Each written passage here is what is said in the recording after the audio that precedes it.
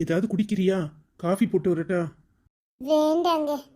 என்னமோ மாதிரி இருக்கு. எனக்கு எதுவுமே வேண்டாம். ஊருக்கு போனா போதும். வண்டிக்கு சொல்லிட்டீங்களா? இன்னும் 1 மணி நேரத்தில் வந்துருமா. அதுக்குள்ளேயும் உங்கள் அம்மா எல்லாத்தையும் எடுத்து வைக்கட்டும்.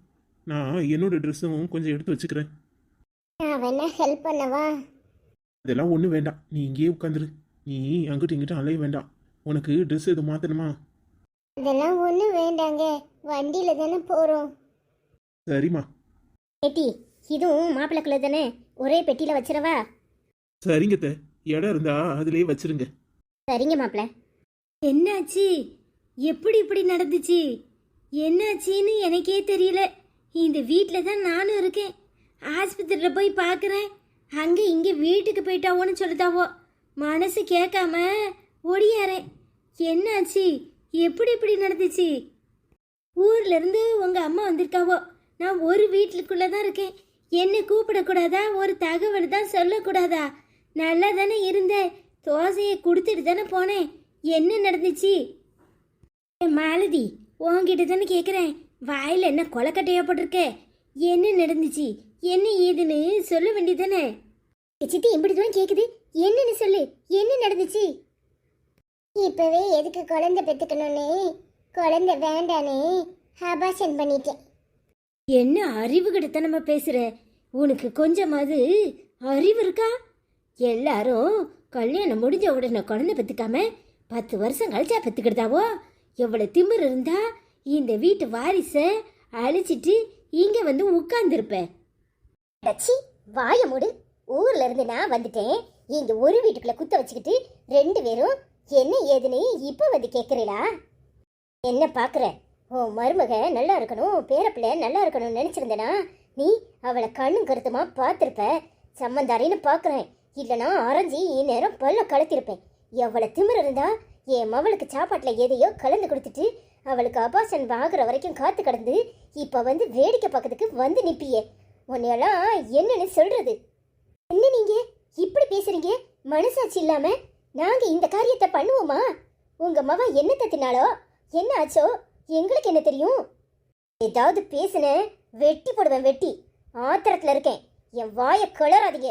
மரியாதையா போயிருங்க, இல்ல நடக்கிறதே வேற. இங்க பாரு, உனக்கு இதுக்கு சம்மந்தம் இல்லை. நீ எதுவும் பேசாத. அவங்க பழி போடுறது ஏன் மேல. நான் பேசிக்கிறேன். என்ன பாக்குற? முதல்ல நீ ஒரு ரூமுக்கு போ. சித்தி, அது வந்து இந்த வீட்டுல நானும் தான் இருக்கேன். என்னையும் தான் பேசுறாங்க. நீ வாயை மூடிட்டு போ. நான் பேசிக்கிறேன்னு சொன்னேன். என்னம்மா பேசுறீங்க? நான் இந்த காரியத்தை பண்ணுவேனா? என் குடும்ப வாரிசு என் மவா எப்போ குழந்தைய பெத்தெடுப்பா, என் பேரன் பேத்தியை பார்க்கலான்னு இருக்கிற நானா இப்படி ஒரு காரியத்தை பண்றேன்? இங்க பண்ணாம யார் பண்ணிருப்பா? யார் பண்ணிருப்பா? இந்த வந்து நின்னாலே இவ பண்ணிருப்பாளா? சாப்பாடு அவளுக்கு கொண்டு வந்து கொடுத்தது நீங்க தானே. நீங்க கொடுத்த பிறகுதான் அவளுக்கு அபார்ஷன் ஆயிருக்கு. அப்ப நீங்க தான் எதையோ கலந்துருக்கீங்க. உங்க அம்மா இம்பிடு தூரம் பேசுறாங்க, நீ வேடிக்கை பார்த்துக்கிட்டு இருக்க. நான் உனக்கு சாப்பாட்டில் எதையாவது கலந்து கொடுத்துருப்பனா?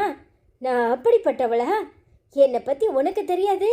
நான் பேரம்பேத்திய பார்க்கறதுக்கு தான் உசுரோடு இருக்கேன்.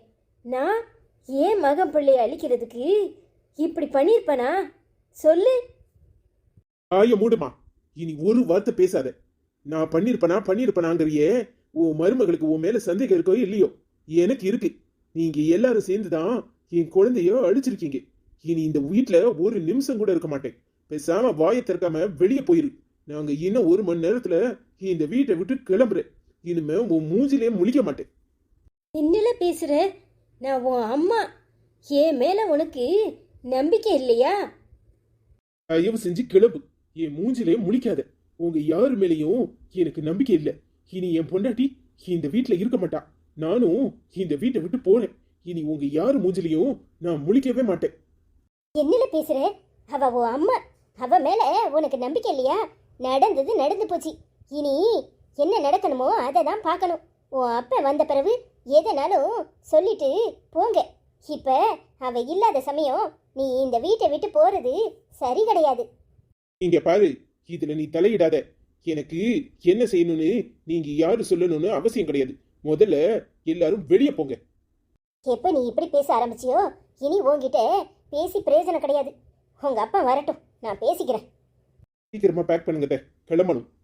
சரிங்க மாப்பிள்ள. மாலதி ரொம்ப பாவம்மா. என்னால அவளை அப்படி பார்க்கவே முடியல. மனசெல்லாம் வலிக்கு. எனக்கு என்ன சொல்றதுன்னே தெரியலங்க. எல்லாம் என்னாலதான். பாவம், அவ இன்னைய வரைக்கும் ஒரு நாள் கூட சந்தோஷமா இருந்தது கிடையாது. அவ எடுத்த நான் பிடிச்சுக்கிட்டதால தான் அவ இப்படி கஷ்டப்படுறா. அப்படியெல்லாம் பேசாதடி. நீ இப்படி பேசுற. அவ அசோக்கு, நான் உன்னை ரொம்ப கஷ்டப்படுத்திட்டேன். உனக்கு நான் பண்ண துரோகத்துக்கு தான் இப்ப என் குழந்தைய இழந்து நான் தண்டனையை அனுபவிக்கிறேங்கிறா. எனக்கு அதை கேட்கும்போது மனசெல்லாம் வலிக்கு. அவளை பார்க்கவே முடியல. அவ உண்மையிலே மனசளவுல ரொம்ப நல்ல பொண்ணுங்க. அவளுக்கு மட்டும் ஏங்க இப்படியெல்லாம் நடக்கு? எனக்கு என்ன சொல்றதுனே தெரியல. அவனை பார்க்கும்போது எனக்கு ரொம்ப சங்கடமா ஆயிட்டு. என்னால அங்க இருக்கவே முடியல. ஏங்க, எனக்கு இப்பவே அவளை பார்த்து ஆறுதல் சொல்லணுங்க. இப்பதாம்மா ஃபோன் பண்ணான். ஊருக்கு தான் வந்துகிட்டு இருக்கானா. ஒரு ஆளை வச்சு அந்த வீட்டை கிளீன் பண்ண சொல்லுன்னா. அதுக்கு ஏற்பாடு பண்ணிட்டு தான் வரேன். ஏங்க, அவளுக்கு என்னை பார்த்தா இன்னும் கஷ்டமா இருக்குமா? சே, மாலதி அப்படிப்பட்ட பொண்ணு கிடையாது. தான் கஷ்டப்பட்டாலும் மற்றவங்க சந்தோஷமா இருக்கட்டும்னு நினைக்கிறவ. அவ அப்படியெல்லாம் நினைக்க மாட்டா. ஆனா அவ குழந்தைய இழந்ததுல அவ கொஞ்சம் வீக்கா இருப்பா. அவளை நல்லா கவனிச்சுக்கணும். அவ பாவம்.